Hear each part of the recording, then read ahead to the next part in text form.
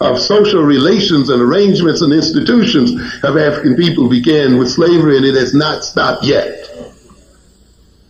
And yet millions of our people died in this process and were killed in this process. And we have an endless history of death, damnation, and destruction.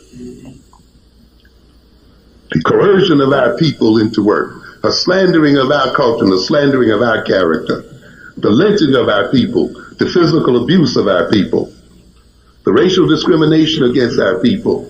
All of these things with which we are familiar have been practiced from day one in this country. And these practices are criminal. And therefore America is rooted in this criminality. But see, America won't face this reality. And many of us won't face it. And we won't come to terms with it. And yet we go to these churches and we talk every day about the fact that people are not saved unless they what? Repent of their sins.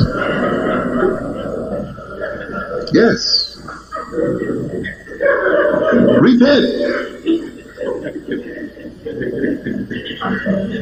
The old rich man ran to Jesus and said, "What must I do to be saved?" "Give your money back to the poor, you thief."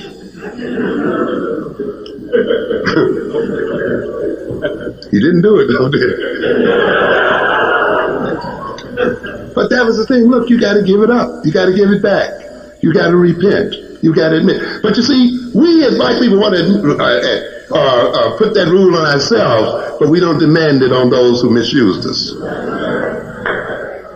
And if they do not reparate, and if they do not repent, if they do not come to terms with the sins enumerated by their own book, the book that they laid on us, then they will suffer. And as they suffer, we will suffer. I'm telling you. But we don't want to deal with that. See, we want somehow God to overlook white folk. You see, it ain't going to happen. We think somewhere down the road these whites are going to really share something with us. I tell people this. That thing is very interesting. The rich man runs, says, "What should I do to be saved?" And he says, "Give the money back to the poor, you know."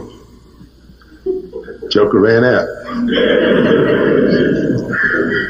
And I said, "Look, if you think that Jesus is God, isn't it interesting that this man looks God right in the face? He says it ain't happening."